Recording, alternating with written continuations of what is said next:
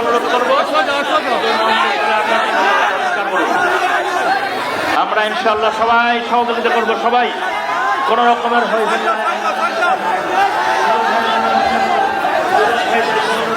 সম্মানিত যুবক ভাইরা, আমরা যার যার মতো আসন নিয়ে বসে পড়ি। আমরা জালসার শৃঙ্খলা রক্ষার্থে যার যার মতো আসন নিয়ে বসে পড়ি। সম্মানিত যুবক ভাইরা, আল্লাহু তাকবীর,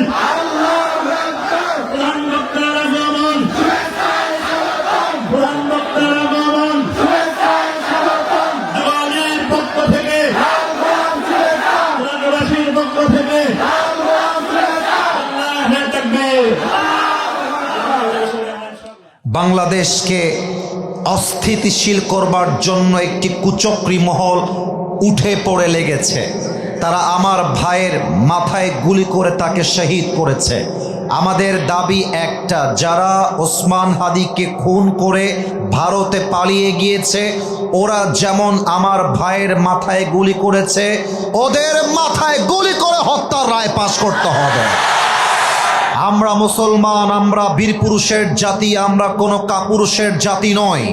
আমাদের মাথা নত হবে একমাত্র আল্লাহর সামনে, দুনিয়ার কোনো মাখলুকের সামনে আমাদের মাথা নত হতে পারে না। শহীদ ওসমান হাদি একটা কবিতা পাঠ করেছিল যা আমাদের বুকের কলিজায় গিয়ে আঘাত করেছিল। ওসমান হাদি বীর কণ্ঠে পাঠ করছিল, আমি শুনছিলাম। বলো বীর, বলো উন্নত মম শির, শির নেহারি আমারই নত শির, ওই শিখর হিমাদ্রির। বলো বীর, বলো মহাবিশ্বের মহাকাশ ফাড়ি, চন্দ্র সূর্য গ্রহ তারা ছাড়ি, ভুলক দুলক গোলক ভেদিয়া, খোদার আসন আরশ ছেদিয়া, উঠিয়াছে চির বিস্ময় আমি বিশ্ববিধাত্রীর। বলো বীর, আমি চির উন্নত মম শির। ঠিক কিনা বলো? তাফসীরের বিষয় হচ্ছে বান্দা এবং আল্লাহর সম্পর্ক। আসুন আমরা এই বিষয়ে তাফসীর করব তিনটা পয়েন্টে। Look at my 3 fingers. তিনটা আঙ্গুল দেখে বলেন তো মুরব্বী এবং যুবক ভাইয়েরা, কয়টা পয়েন্টে তাফসীর হবে? আওয়াজ মরে গেল, আবার সবাই বলেন কয়টা? তিনটা পয়েন্টে তাফসীর হবে। Number 1, why we are the worshipper of Allah সুবহানাহু ওয়া তাআলা। আমরা আল্লাহর বান্দা কেন? আমরা মূর্তির পূজারী নই কেন? আমরা আল্লাহকেই সেজদা দেই কেন? এটা আমরা প্রথম পয়েন্টে জানব। সেকেন্ড পয়েন্ট হবে, what will be the relationship of Allah সুবহানাহু ওয়া তাআলা with the person who is patient. যে বান্দা ধৈর্যশীল, যে বিপদে আপদে ধৈর্য ধারণ করতে পারে, তার সঙ্গে আল্লাহর সম্পর্ক কেমন হতে পারে?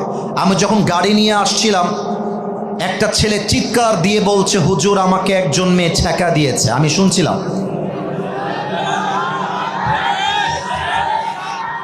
এটা কমিটিরা আমার সাক্ষী, ওরাও শুনেছে। আজকে তোমাদেরকে শিখাই দিব ছ্যাঁকা হলে বেকা না হয়ে স্ট্রং হতে হয় কেমন করে। 3 নাম্বার পয়েন্ট হচ্ছে, what will be the relationship of Allah সুবহানাহু ওয়া তাআলা on the day of judgment. কিয়ামতের দিনে বান্দার সাথে আল্লাহর সম্পর্ক কেমন হবে?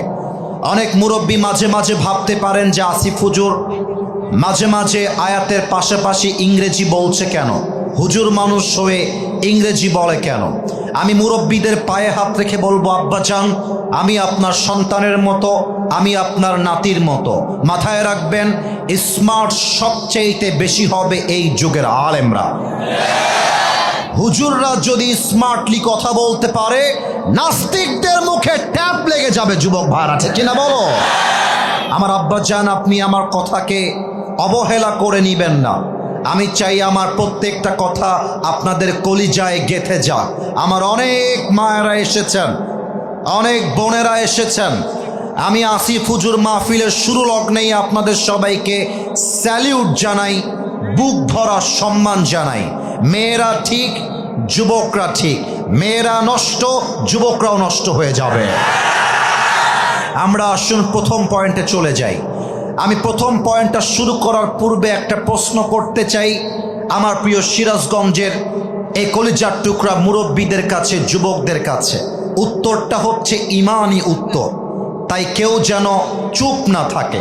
বামে যে কথা বলছেন স্টেজে, no sound, don't make any extra noise. আমি আপনাদের পায়ে হাত ধরে আবদার রাখলাম, কোনো সাউন্ড করবেন না। বলেন, আমাদের রব এক সত্তা, তিনি কে? আর একটু জোরে শুনতে চাই, আমাদের রব কে? আল্লাহ আমার রব। লজ্জা পান করে, আমরা সিরাজগঞ্জের মানুষ তো। আল্লাহ আমার রব, দমে দমে তনু মনে তারি অনুভব। তোমার দুনিয়াতে আমি যেদিকে তাকাই, অথই নিয়ামতে ডুবে আছি সবাই। পাখ পাখালির কণ্ঠে শুনি তসবি কল রব, তসবি কল রব। আল্লাহ আমার রব, দমে দমে তনু মনে তারি অনুভব। আমাদের রব কে? আউযু বিল্লাহি মিনাশ শাইতানির রাজীম। ইয়া আইয়ুহান নাসু উবুদু রাব্বাকুমুল্লাযী খালাকাকুম ওয়াল্লাযীনা মিন ক্বাবলিকুম লাআল্লাকুম তাত্তাকুন। আল্লাহ বলছেন, হে মানুষেরা, তোমরা সেই রবের ইবাদত করো যিনি তোমাদেরকে সৃষ্টি করেছেন। কে ফাইজলামি করছো তোমরা? সিরিয়াস না? মোবাইল নিয়ে বসে আছে, সেলফি নিয়ে, টিকটক নিয়ে বসে আছে। তাফসীর করতে হবে তো। আমি যেন আর একবার হাসির কোনো শব্দ এখান থেকে শুনতে না পাই। শোনো, ভালোবাসাকে রেসপেক্ট করা শিখবা। ভালোবাসা মানে অবহেলা নয়। ভালোবাসা মানে আপনি আমাকে ভালোবাসবেন, আপনার ভালোবাসাকে আমি সম্মানের সঙ্গে অ্যাকসেপ্ট করব, তাই কিনা বলেন? কোনো মজা করো না, আমার কথাগুলো বোঝার চেষ্টা করো। Allah says in this ayah, worship your Lord who has created you and those before you. আল্লাহ বলছেন, তোমরা ইবাদত করো সেই সত্তা যিনি তোমাদেরকে এবং তোমাদের পূর্ববর্তী সকলকে সৃষ্টি করেছেন। আর একটা আয়াত, ওয়ামা খালাকতুল জিন্না ওয়াল ইনসা ইল্লা লিয়াবুদুন। We have created the mankind and the jinn kind just to worship me. আল্লাহ বলছেন, মানব জাতি এবং জিন জাতিকে আমি আল্লাহ তাআলা সৃষ্টি করেছি একমাত্র আমার ইবাদতের জন্য। এবার আমি একটা এক্সাম্পল দিব উদাহরণ হিসেবে। আমার বিশ্বাস কোনো মুরব্বীর বোঝার বাহিরে এই উদাহরণটা হবে না। আমার মায়েরা বুঝবে, যুবকরা তো এমনিতে বুঝবে, ওরা আমাকে ভালোবাসে একটু বেশি, তাই না যুবক মায়েরা? আচ্ছা, মনে করো আমি সিরাজগঞ্জে একটা গার্মেন্টস দিলাম। বলো তো কি দিলাম? এরা একটু অ্যাক্টিভ, তোমরা একটু কম অ্যাক্টিভ মনে হলো। আবার গার্মেন্টস দিলাম, কি দিলাম? আমার গার্মেন্টসে 300 লোক দরকার। আমার গার্মেন্টসের এই বউ পাবে না, এটা নতুন নতুন নতুন। না না না না না, যাওয়া যাবে না, না না না, এখানে বসে কথা বলতে হবে, এখানে বসে। আপনার কি বউ আছে ভাই? তা যার বাড়িতে বউ নাই তার বাড়িতে কিছুই নাই, যুবক ভাড়া যায় কোথা?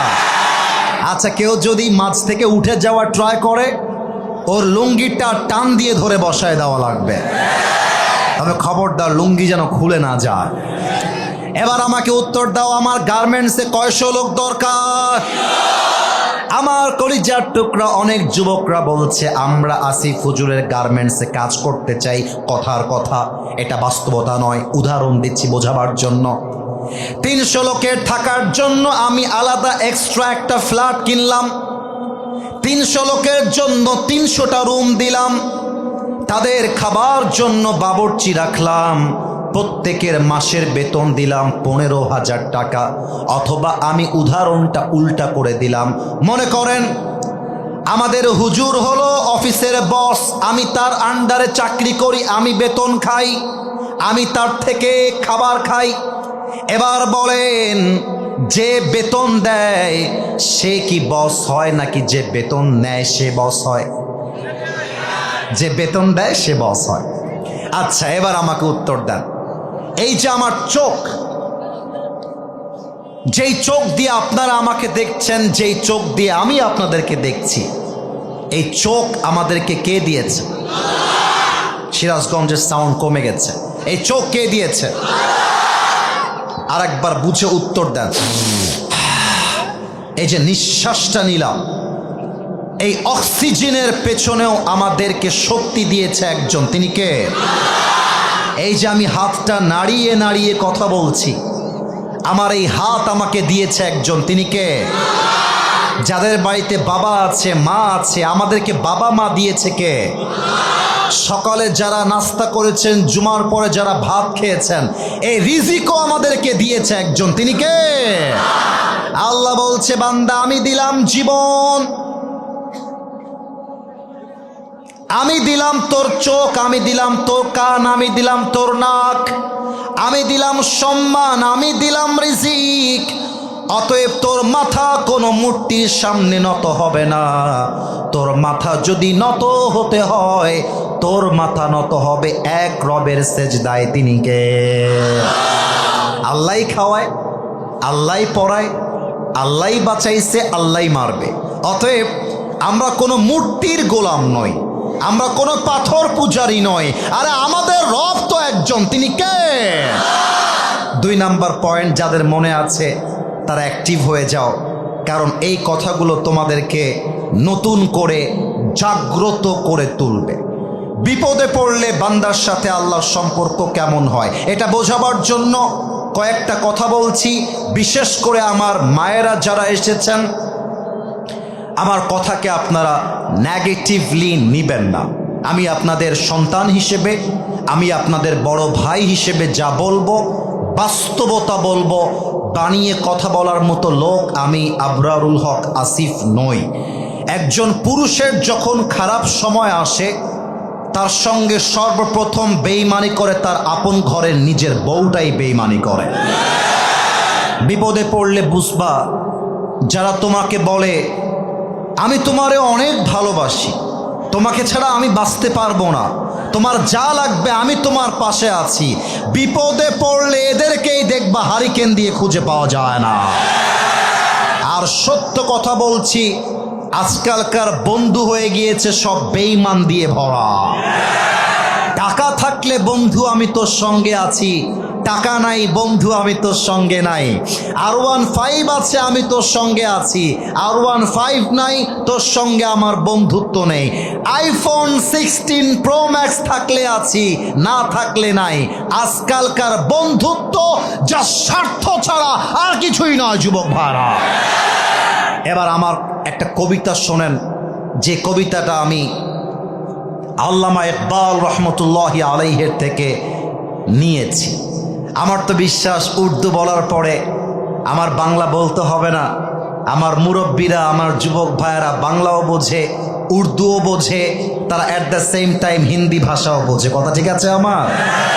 আচ্ছা, আপনারা যদি সত্যি আমার উর্দু কবিতার অর্থ বুঝে থাকেন, এখন যেমন ঠিক বেঠিক বলছেন, উর্দু কবিতার যে লাইনটা বুঝতে পারবেন ওই লাইনেও আপনারা ঠিক বলবেন, যাতে আমি বুঝতে পারি যে ইয়েস, আমি জায়গা মতো আমার উর্দু কবিতাটা বলতে পারলাম। আল্লামা ইকবাল লিখেছেন বান্দার সাথে আল্লাহর সম্পর্ক নিয়ে।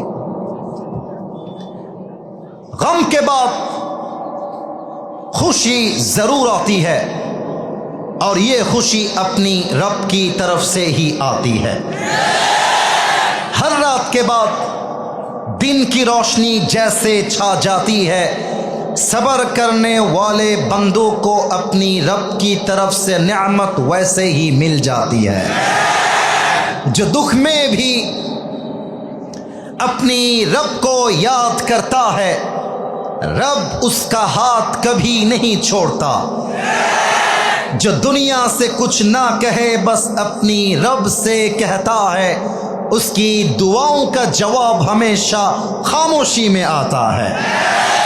इसलिए मेरे दोस्त, जब तुझे मांगना हो तो उसी से मांग, जब तुझे पुकारना हो तो उसी को पुकार, और जब तुझे भरोसा करना हो तो उसी पर कर, क्योंकि भरोसे के काबिल सिर्फ वही है, वो तेरा रब है, वो तेरा अल्लाह है।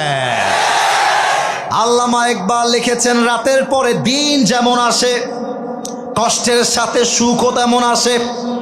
কষ্টের কথা বউকে আগে বলতে যেও না, বাপকে আগে বলতে যেও না, মাকে আগে বলতে যেও না। কষ্টের কথা তাহাজ্জুদের জায়নামাজ বিছাও, তাহাজ্জুদের জায়নামাজ বিছিয়ে 2 রাকাত তাহাজ্জুদ পড়ো। আল্লাহকে ডাক দিয়ে বলো, আল্লাহ 2026 সাল শুরু হয়ে গিয়েছে, আমার জীবনে কত অন্যায় রয়েছে, যত পাপ রয়েছে একমাত্র তুমি ছাড়া কেউ জানে না। আল্লাহ আমার জীবনের কষ্ট, আমার জীবনের দুঃখ কি আছে কেউ জানে না। ও আল্লাহ তুমিই তো একমাত্র জানো। আল্লাহ বলছে আমার বান্দা যদি আমার উপরে ভরসা করতে পারে, ওয়ামাইয়াতাওয়াক্কাল আলাল্লাহি ফাহুয়া হাসবুহ, আমার বান্দার ভরসা যদি আমি আল্লাহর উপরে হয়, আমি আল্লাহ একাই তার জন্য যথেষ্ট হয়ে যাব। সুবহানাল্লাহ পড়বেন না আপনারা? এবার সিরাজগঞ্জবাসীর মেধাকে চেক করতে চাই যে আপনাদের ইসলাম সম্পর্কে নলেজ আসলে ভয় পাবেন না। কিন্তু আপনারা তো বলেছি আল্লাহকে বাদ দিয়ে আপনারা কাউকে ভয় করেন না, এটা আমার বিশ্বাস। আমি প্রশ্ন করার পরে যদি আপনার উত্তর জানা নাও থাকে আমার দিকে তাকায় থাকবেন, আমি আপনাকে হেল্প করব। কিন্তু আমার বিশ্বাস আমি যে প্রশ্ন এখন করব 95% শ্রোতা আমাকে উত্তর করতে পারবে, এটা আমার বিশ্বাস। একটু কাশি দেন সবাই মিলে। প্রশ্ন করছি, কোনো ভয় পাবেন না, ঠাস ঠাস করে উত্তর দিবেন। বলেন তো আমার নবীজির যতগুলো ছেলে সন্তান ছিল, পুত্র সন্তান, যদি জেনে থাকেন উত্তর করবেন, কেউ কি দুনিয়াতে বেঁচে ছিল? উত্তর পেছন থেকে জোরে আসছে সামনের চাইতে। আর একবার, কোনো পুত্র সন্তান কি বেঁচে ছিল? ছিল না। Right answer. সেকেন্ড প্রশ্ন, আমার নবীজির যে কজন মেয়ে ছিলেন, অর্থাৎ নবীর বংশ থেকে যেই নারী সন্তান এসেছে, নবীজির প্রত্যেকটা মেয়েকে নবীজি ভালোবাসতেন, তবে একজন মেয়েকে নবীজি একটু বেশি ভালোবাসতেন। Right answer. বলো সবাই, নাম কি? রাদিয়াল্লাহু তাআলা আনহা। Right answer. 3 নাম্বার প্রশ্ন, বলেন তো ফাতেমার বিয়েটা নবীজি একজন বীর পুরুষের সঙ্গে দিয়েছিলেন, তার নাম কি? সর্বনাশ, কেউ তো বাঁধে না। আচ্ছা লাস্ট প্রশ্ন, ওই যে প্রবাদ বাক্য আছে না একটা, যে শেষ ভালো যার। শেষ প্রশ্ন এই চ্যাপ্টারে, বলেন তো ফাতেমার গর্ভ থেকে 2 জন জান্নাতের সর্দার এসেছিল, কি কি? আরে বলেন সবাই মারহাবা। হাসান এবং হোসাইন রাদিয়াল্লাহু তাআলা আনহুমা। আচ্ছা বলেন তো, আমি একটা প্রশ্ন করছি, আমার সামনে 5000 লোক, 5000 লোকই বাতিল, কথার কথা, আর আমি একা হকের পক্ষে আছি। আল্লাহ কি বাতিলের সঙ্গে থাকবে না হকের সঙ্গে থাকবে? আমার সামনে এক বীর বাহাদুর দাঁড়িয়ে আছে, তার গায়ের শক্তি আমার চাইতে 10,000 গুণ বেশি, কিন্তু আমার ভরসা আল্লাহর উপরে আছে। আল্লাহ কি ওর সঙ্গে থাকবে না আমার সঙ্গে থাকবে? আসেন আপনাদেরকে সেই ইতিহাস শোনাই। আলী রাদিয়াল্লাহু তাআলা আনহু, দেখেন বান্দার তাওয়াক্কুল থাকলে বান্দা কোন লেভেলে পৌঁছায় যায়। আমার 2 হাতটা এখন তুলবো, আমার 2 হাত সবাইকে দেখতে হবে, হাত তুলতে হবে না। লুক অ্যাট মাই 2 হ্যান্ডস, ডান হাত বাম হাত। উত্তর দেন, দেখা যায়? যুবকদের আওয়াজ পাইনি, দেখা যায়? এই হাত আমি যেই দিক ঘোরাবো আপনাদের চোখ সেই দিক ঘুরবে। হাদিসটা বোঝাবার জন্য বেসিকলি আমি হাতটা শো করছি। ডান দিকে তাকান, এখানে বিশাল লম্বা পর্দা দিয়ে একটা দেওয়াল দেওয়া আছে, আমার দিকে তাকান। এই পর্দা কি দেখা যায়?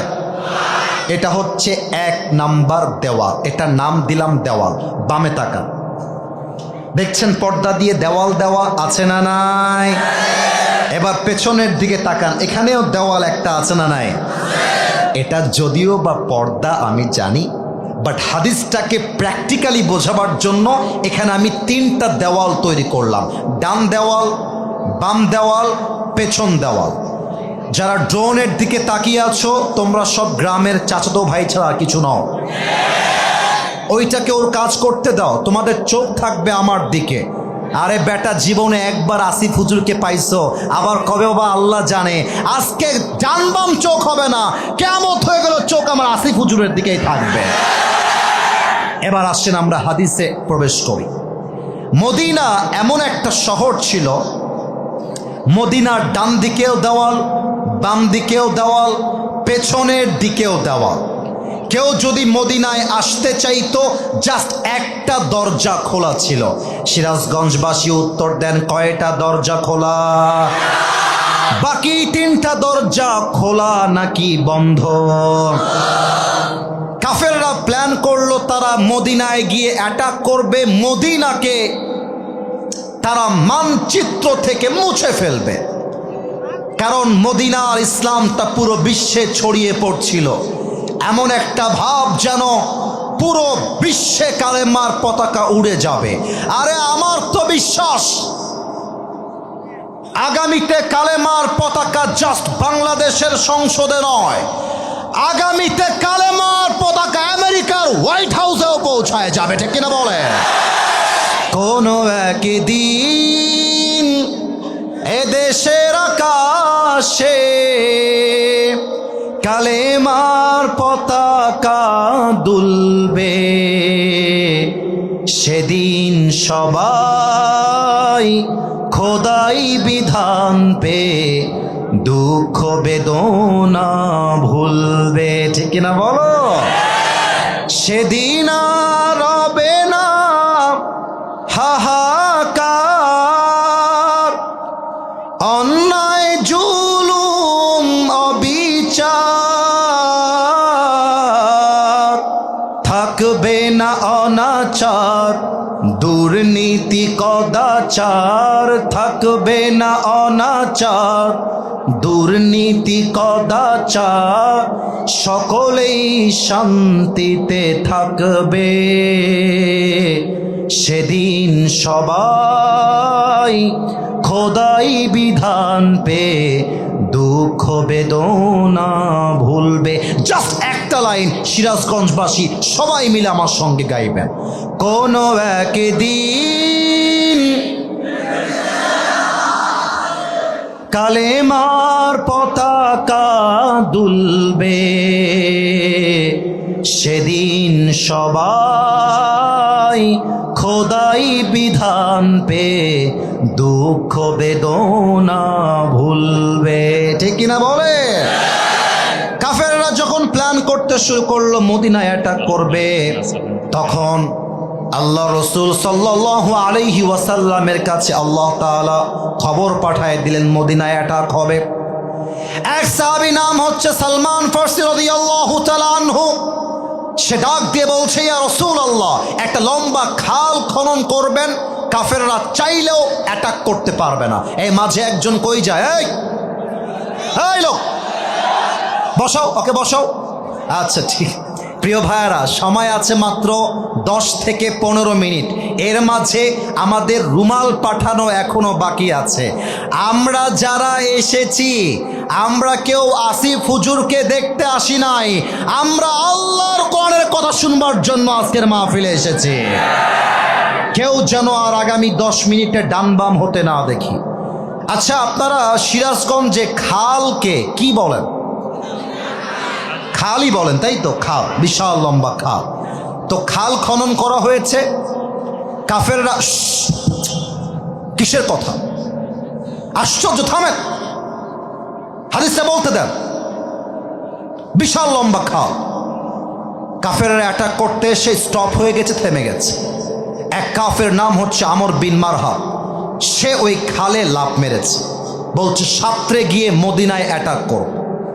মদিনায় যখন পৌঁছে গিয়েছে, আমর বিন মারহাব ডাক দিয়ে বলছে, এই মদিনার মুসলমানেরা, কোন বাপের বেটা আছিস আমার সঙ্গে যুদ্ধ করবি, সামনে আয়। সব সাহাবা একরাম বের হয়ে আসছে। নবীজি বলছে, কে আছো হাত তোলো, যুদ্ধে যাবা। কেউ হাত তোলে না, কেউ হাত তোলে না। পেছন থেকে আলী রাদিয়াল্লাহু তাআলা আনহু তার হাতটা তুলে দিয়েছে। জোরে সুবহানাল্লাহ পড়তে পারলেন না আপনারা? নবীজি বলছে, ইজলিস ইয়া আলী ফাইন্নাকা লা তাযালু হাদিসা সিন্নি। আহা সোনামণি বসো। নতুন নতুন নবীজির ভাষার অর্থ হচ্ছে এইরকম, আলী বসো, বয়স কম, তুমি পারবা না, বসো। আমর বিন মারহাব বলছে, কিরে তোদের বাহাদুরি শেষ হয়ে গেল? কোন বাপের বেটা আছিস, হাত তোল না। কেউ হাত তোলে না। নবীজি বলছে, কে আছো, হাত তোলো। সব সাহাবীর হাত নিচু। আলী রাদিয়াল্লাহু তাআলা আনহু আবার তার হাত তুলে দিয়েছে। নবীজি বলছে, আলী হাত নামাও, তোমাকে দিয়ে হবে না। এবার আমর বিন মারহাব খুব বাজে ভাষায় কথা বলেছে। সিরাজগঞ্জের মতো এরকম পবিত্র জায়গায় আমি কোনো বাজে শব্দ ইউজ করতে চাই না। আপনার শিক্ষিত মানুষ, আমি নর্মাল ভাষায় বলছি, বুঝে নেবেন। আমর বিন মারহাব বলছে, তোদের মাঝে কেউ যদি এক বাপের বেটা হয়ে থাকিস, I am not going to repeat again, আমি আর বলতে পারবো না। তোদের মাঝে কেউ যদি মায়ের বুককে খালি করতে চাস, তোদের মাঝে কেউ যদি সন্তানকে ইয়াতিম করতে চাস, তোদের মাঝে কেউ যদি বউকে বিধবা করতে চাস, আয় আমার সামনে। কেউ হাত তুলে না। আবার আলী রাদিয়াল্লাহু তাআলা আনহু হাত তুলে দিয়েছে। নবীজি আমাকে জাস্ট একটা চান্স দেন, ওরে আমি দেখে নিব। নবীজি বলছে, আলী তুমি এদিকে আসো। আচ্ছা, আমার কাছে কিছুই নিয়ে দেখাবার মতো। আমার হাতে একটা হ্যান্ড মাইক্রোফোন আছে। Can you see this? দেখা যায়? এটা কোনো কথা, আসতে কেন, জোরে কোন, দেখা যায়? আমি জানি এটা হ্যান্ড মাইক্রোফোন, বাট এটাকে আমি এই মুহূর্তে বলবো, এটা বিশাল বড় একটা জুলফিকার তথা তরবারি। বলেন সবাই, কি বাড়ি? এই আলী, এই নাও তোমার যুদ্ধের তরবারি, যাও যুদ্ধে নেমে পড়ো। এবার আলী বলছে, ইয়া রাসূলুল্লাহ, আপনি আমার জন্য দোয়া করবেন, আমি যুদ্ধে গেলাম। নবীজি বলছে, আলী একটা কথা মাথায় রাখবা, ইযহাব ফাইনাল্লাহ মাকা, যাও যুদ্ধে। কখনো যদি মনে হয় তুমি একা হয়ে গেছো, মাথায় রাখবা তুমি বান্দা হিসেবে একা নও, তোমার সঙ্গে আছে একজন। তিনি কে? আমার কাছে সময় খুবই কম, নয় আমি হাদিসটা লম্বা করে বলতাম। আমি একটু পেছনে গেলাম, মাইক্রোফোন থেকে হালকা পেছনে, কথা আসতে যাবে, আমাকে দেখলে বুঝতে কোনো সমস্যা হবে না। আমর বিন মারহাবের হাইট ইয়া লম্বা, আর আলীর হাইট এতটুকু ছোট। আমর বিন মারহাব যদি আলীকে দেখতে চায়, মাথা নিচু করতে হবে, আর আলী যদি আমর বিন মারহাবকে দেখতে চায়, মাথাটা উঁচু করে দেখতে হবে। এবার আমর বিন মারহাব আলীকে ডাক দিয়ে বলছে, মান আনতা আইয়ুহাল গোলাম, এই বাবু তুমি কে গো, তুমি কে? আলীকে বলছে। আলীর গায়ে লাগছে। আলী বলছে, আনাল্লাযী সাম্মাতনি উম্মি হায়দারা, আমার নাম হলো হায়দারা। বলছে, আরে বেটা হায়দারা তোর উপনাম, আসল নাম কি তাই বল। আলী বলছে, ইসমি আলী, আমার নাম আলী। এবার বলছে, ও আচ্ছা আচ্ছা, আনতা আলী বিন আব্দুল মুত্তালিব, এই তোমার বাবার নাম কি আব্দুল মুত্তালিব? বলছে, না না, আনা আলী বিন আবি তালেব, আমার বাবা হচ্ছে আবু তালেব। বলছে, হায় হায় হায় হায়, তোর বাপ তো আমার ভাই লাগে, তুই তো আমার ভাতিজা। ফাইন্নী লা উকাতিলু সিবিয়ান, আমি বাচ্চাদের গায়ে হাত তুলি না। এই আলী, যাও যাও যাও, বাবু যাও যাও, তোমাকে মারবো না, যাও যাও। এবার আলী আর সহ্য করতে পারে নাই, বলছে, তুই কারে ভাতিজা বলিস, তুই কারে বাচ্চা বলিস? একবার আয় না যুদ্ধ করতে, এমন একটা কোপ মারবো জায়গা মতো তোর কল্লা 40 হাত দূরে গিয়ে পড়বে। আল্লাহু আকবার। এবার আমর বিন মারহাব বলছে, আয়, কত ধানে কত চাল তোকে দেখায় দিব। এটা বলার আগে একটা প্রশ্ন করতে চাই। রংপুরে একজন যুবক 5 আগস্টের আগে 2 বুককে এমন ভাবে পেতে দিয়ে গুলি খেয়ে শহীদ হয়েছিল। ওই যুবকটার নাম কি ছিল বলেন সবাই আপনারা? আমার কথা শেষের দিকে আছে, একটা কথাও যেন উত্তর আমি আসতে না পাই। সিরাজগঞ্জবাসী আবু সাইদ রাস্তায় নেমে কারো বুকে আগ বাড়িয়ে গুলি করতে গেছিল? কাউকে চাকু মারতে গেছিল? তাহলে আপনারা আমার ভাইয়ের বুকে গুলি করলেন কেন? কেন করলেন আমার ভাইয়ের বুকে গুলি? তার মানে প্রমাণ হয়ে গেল মুসলমান কাউকে আগ বাড়িয়ে মারতে চায় না, বাট যেই হাত মুসলমানকে আগ বাড়িয়ে আঘাত করে, ওই হাত মুসলমান ভেঙ্গে গুড়িয়ে দেয়। সিরাজগঞ্জের ভাই আলী বলছে, আমর বিন মারহাব, আমি তোকে আগে মারবো না, তুই আমাকে আগে মার, তারপরে আমি তোকে দেখাই দিব আমি কোন বাপের বেটা। এবার আমর বিন মারহাব আসছে, হাদিসের একদম শেষাংশে আছি, last part of my last হাদিস।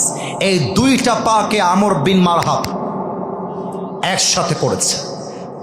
তরবারিটা এইভাবে, আমাকে না দেখলে কিন্তু যুদ্ধের কৌশলটা কেউ বুঝবেন না, খালি শোনাই হবে। আমার দিকে আরেকবার তাকান।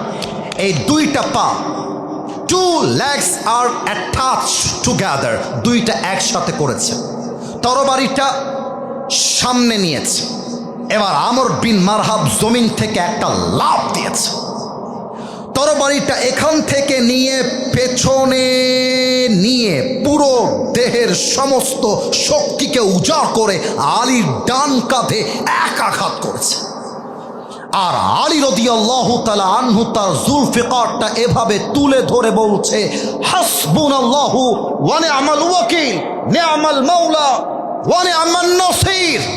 আরে যেই আঘাতে আলীর দেহটা দুই ভাগ হয়ে যাবে, আল্লাহর উপরে তাওয়াক্কুল থাকার জন্য ওই আঘাতটা আলীর জামা পর্যন্ত স্পর্শ করতে পারে নাই। সুবহানাল্লাহ বলে সবাই।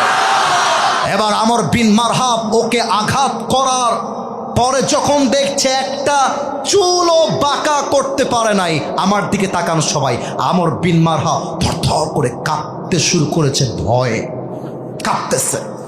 এবার আলী বলছে, এবার তুমি